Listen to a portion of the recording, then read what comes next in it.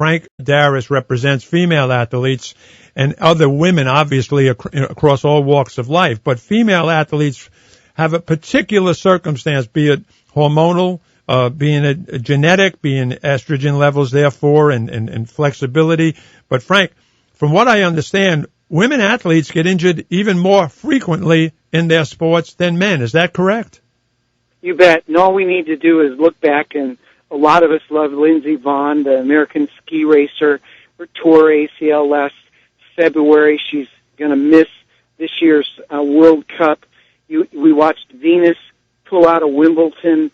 Most of the major WNBA injuries this last year were due to knee problems. And that higher rate of injury for women is because when it comes to the differences between men and women, women have more body fat. They have less lean body mass because they've got increased estrogen, and us guys have more androgen, so women are more flexible. Obviously, they've got wider pelvises. It affects their alignment and their strength and their movement, so they're more prone to those injuries when the feet roll inward or they pronate or they're flat or they're putting a lot of torque on that kneecap. So it's 3 to 6 times higher in women for an ACL.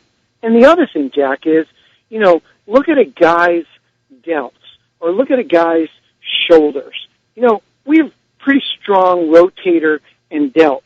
You look at a lot of women, and unfortunately those shoulder muscles, the rotator cuff, that loose supporting tissue, for women, it leads to instability, and we see a number of different injuries in swimming, volleyball, and also tennis. So not leaving the ladies out, you're not immune. In fact, you're 3 to 6 times more likely to have a career-ending injury than the guys. And by the way, Frank, considering that the success of Title IX over all these decades, many of these women that you're talking about, whether they be swimming, softball, volleyball, or other, are going to be college women and not professional women. And how do they protect themselves under those circumstances?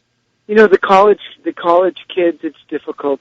Obviously, if we're going to see the WNBA, the women there that are playing at high levels that are going to be a first round or second round pick can go to the NCAA and get protection for career-ending injury, or they could go private.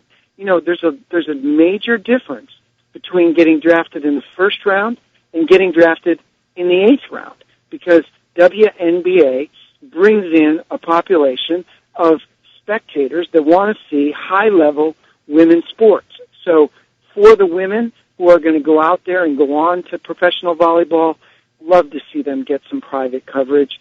Obviously, the ski racers, everybody can get insured. It doesn't matter.